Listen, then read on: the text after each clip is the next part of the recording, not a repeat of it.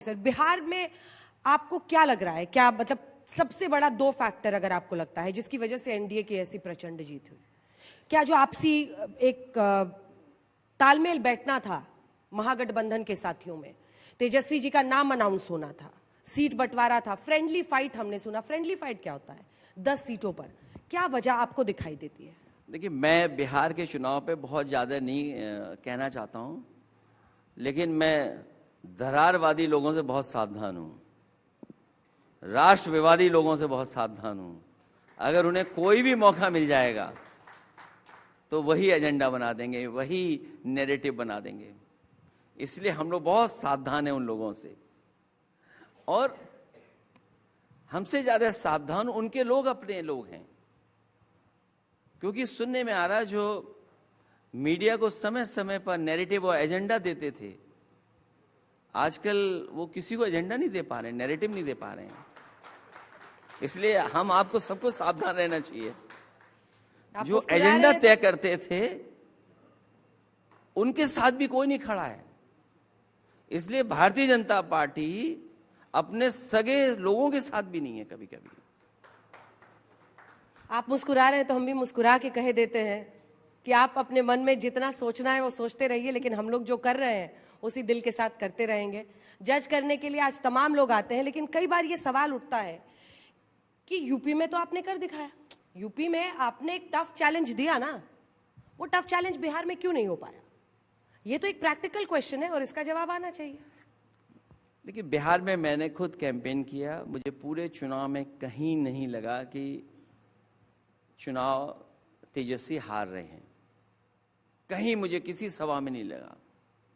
लेकिन जो वोट गिना जाता है वो अलग तरीके से गिना जाता है। मैं बहस दूसरी तरफ नहीं ले जाना चाहता हूँ, लेकिन अभी सदन में जब मैं बहस सुन रहा था और बहुत से लोगों की चर्चा में सुन रहा था, तो बहुत सारे लोग ईवीएम को लेकर के भी सवाल खड़े कर रहे थे। एक पहलू तो ईवीएम का भी हो सकता है। लोग कहेंगे कि ये ईवीएम में आज के समय पे ये बात कही जा रही है। मैं उन्हीं से कहना चाहता हूं, हमारा देश आज नारा दे रहा है विकसित भारत बनेगा।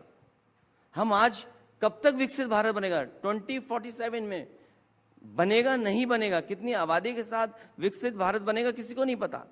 लेकिन कोई भी विकसित देश जिस देश में सवाल खड़ा हुआ ईवीएम पर, उस देश ने ईवीएम हटा दिए। तो एक तो पहलू मैं ये कह सकता हूं, और मैंने लोकसभा में कहा कि अंतोगत्वा आपको ईवीएम हटानी ही पड़ेगी। लोगों का भरोसा बढ़े लोकतंत्र पर, इस वोटिंग डालने के तरीके पर, तो आपको अंतोगत्वा ये हटाना ही पड़ेगा। लेकिन बिहार का परिणाम क्यों बदल गया? सुनने में आया है कि 10,000 रुपये बड़े होते हैं। 10,000 रुपये, 10,000 रुपये दे दीजिए। अब बहुत सारी माताएं बहनें इंतजार कर रही कि उन्हें कब 10,000 रुपया और मिलेगा। उनको धोखा दे दिया, 10,000 रुपये नहीं मिलेंगे। तो हम लोगों ने भी तैयारी कर ली है। मुझे याद है उत्तर प्रदेश में समाजवादी पार्टी ने 500 रुपये महिलाओं को देना शुरू किया था समाजवादी पेंशन के माध्यम से, और उसके बाद जो चुनाव था उसमें 1,000 रुपये हम देने जा रहे थे। उसके बाद जब लोकसभा का चुनाव आया तो हम 2,500 देने जा रहे थे। पिछला चुनाव जीत गए और अगला चुनाव होने जा रहा है जब 27 का, तो हमने बीजेपी से सीख करके हिसाब किताब लगाया है कि अगर हमारी माताएं बहनें जो उत्तर प्रदेश की थीं, उन्होंने जो पैसा खोया है 500, अगर हिसाब लगाएं तो लगभग 3,000 रुपये बनते हैं। तो 12 महीने देना है 3,000, तो कितना हुआ? 36,000 रुपये। और क्योंकि इतने साल नहीं मिला तो उसका इंटरेस्ट भी हम जोड़ रहे हैं 4,000। तो समाजवादी हम लोग तय करेंगे कि गरीब माताएं बहनों को साल में 40,000 रुपये हम लोग देने का काम करेंगे। अगर 10,000 से सरकार बन सकती है तो 40,000 हम लोग देने जा रहे हैं।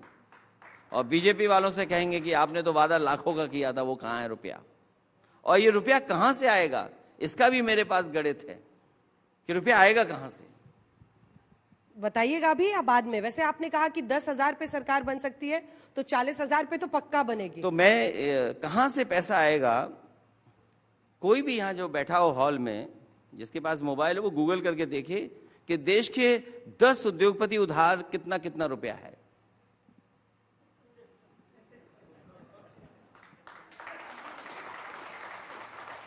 देश के जितने भी उद्योगपति हैं सब पे उधार है पैसा, तो हम भी सरकार में आकर के उधार लेकर के अपने गरीब माताओं बहनों को 40,000 रुपए साल का देने का काम करेंगे। आप बताइए किस पे उधार नहीं है?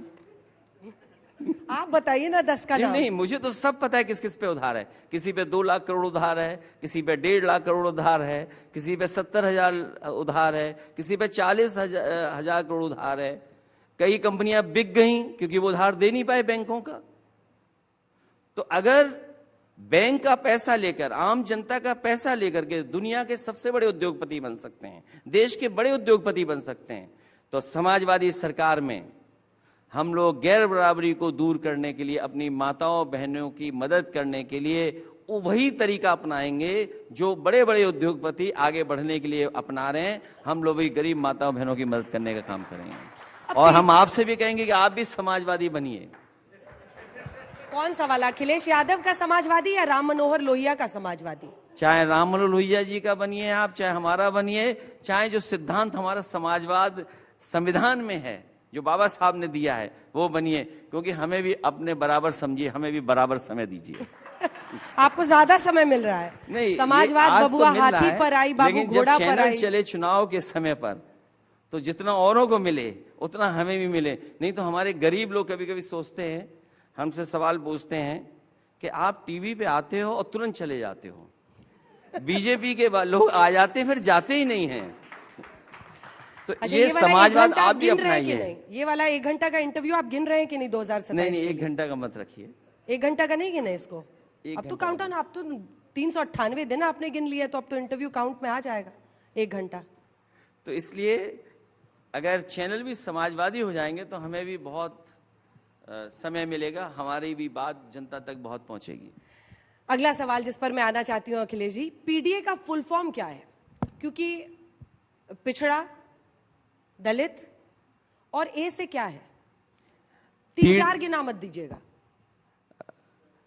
क्योंकि आपने जो बताया है उसको और आगे जोड़ता हूं। ठीक है।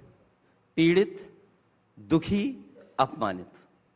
जो लोग पीड़ित हैं, दुखी हैं, अपमानित हैं, पिछड़े, दलित, अल्पसंख्यक, आदिवासी, आदि आबादी और भी बता सकता हूं मैं। हाँ नहीं, वही मैं पूछना चाह रही हूँ। जिनके अंदर ए फॉर अपनापन हो, डी फॉर जिनके अंदर दया हो, दयालु हो, ए से एक शब्द भूल तो नहीं गया? प्यारे जो हों, जो लोग प्यारे हों। ए से एक शब्द भूल तो नहीं गए आप?